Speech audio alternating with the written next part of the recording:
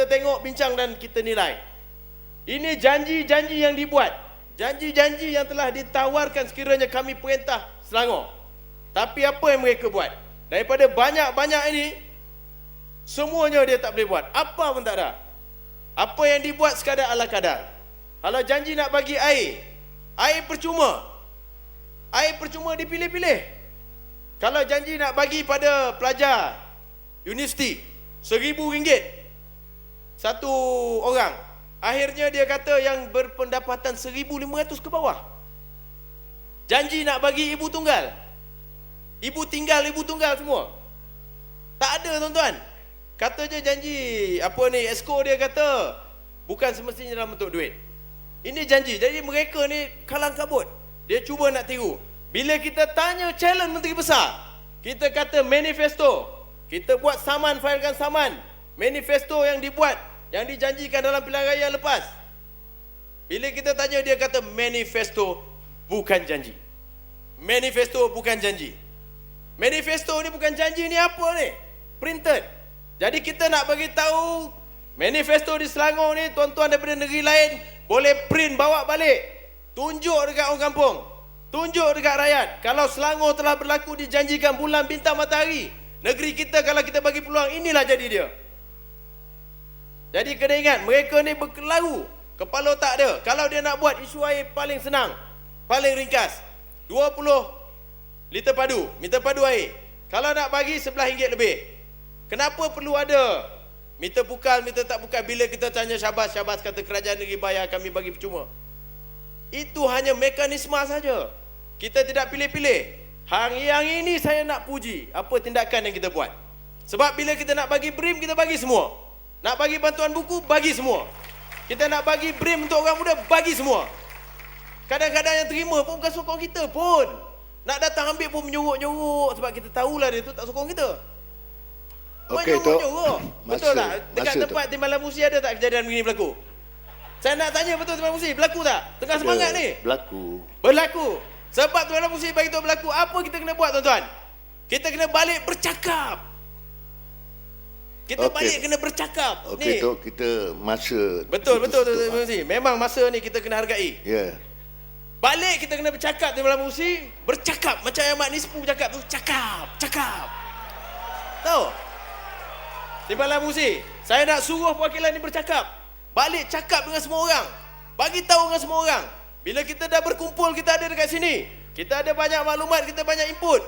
Kita jangan jadi garang dekat sini saja tuan-tuan. Kita jangan jadi garang dengan orang parti saja.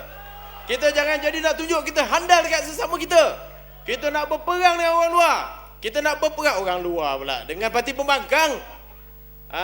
Okey, jadi akhirnya Timbalan Musi, ini cerita garang ni. Saya pun sebenarnya takut dengan Timbalan Musi. Saya harap tadi Tan Sri yang ada kat depan tu. Saya yang saya takut, saya pula jadi garang ni. Timbalan Musi, saya nak cerita pasal garang ni. Kawan saya seorang, dia punya garang.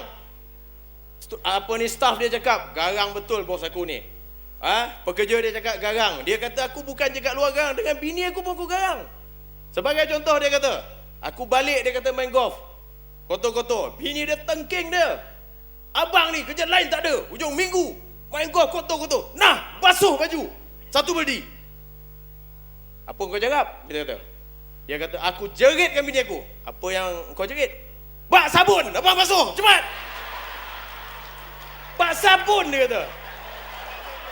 Kau tengking bini kau? Ya, aku tengking. Bak sabun. Abang basuh. Macam, okey. Itu lawan tengking namanya. Yalah garang lah juga. Dia nak tunjuk dia garang. Jadi itulah. Itulah garang orang Selangor. Jangan.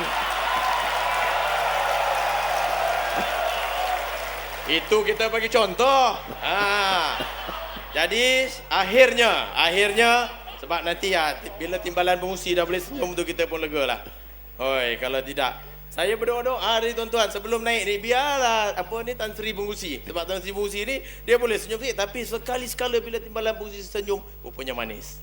Manis betul. Itu. Saya kalau ada kakak, saya tak berabang ipar dengan Timbalan Pengusi ni. Tapi tak ada kakak. Bahaya Mi. Aku tidur serambi Mi malam ni. Jadi akhirnya tuan-tuan, dalam kita gelak ketawa ni, kita kena ingat Putrajaya kita bina, kita buat, idea daripada Tun Mahathir, arkitek kita, Perdana Menteri kita yang susah payah design. Adakah kita sanggup Putrajaya terlepas kepada pemagang? Sanggup atau tidak? Jadi pembangkang ni dia tak malu. Dulu dia kutuk, dia kata, hari ni dia nak rampas. Dah lah bos dia tak malu. Bos besar dia, kalau kita dah besar lah kemaluan kita. Sebab malu, tapi dia tak malu. Bila dia tak malu, dia nak rampas. Dia ingat 4 negeri dia dapat, dia nak rampas Putrajaya. Jadi saya nak tanya tuan-tuan, sanggup tak kita pertahankan Putrajaya? Sanggup ke tidak? Boleh tak kita balik dan buat kerja kuat-kuat? Boleh atau tidak? Boleh atau tidak? Malulah dekat Presiden tak cukup kuat.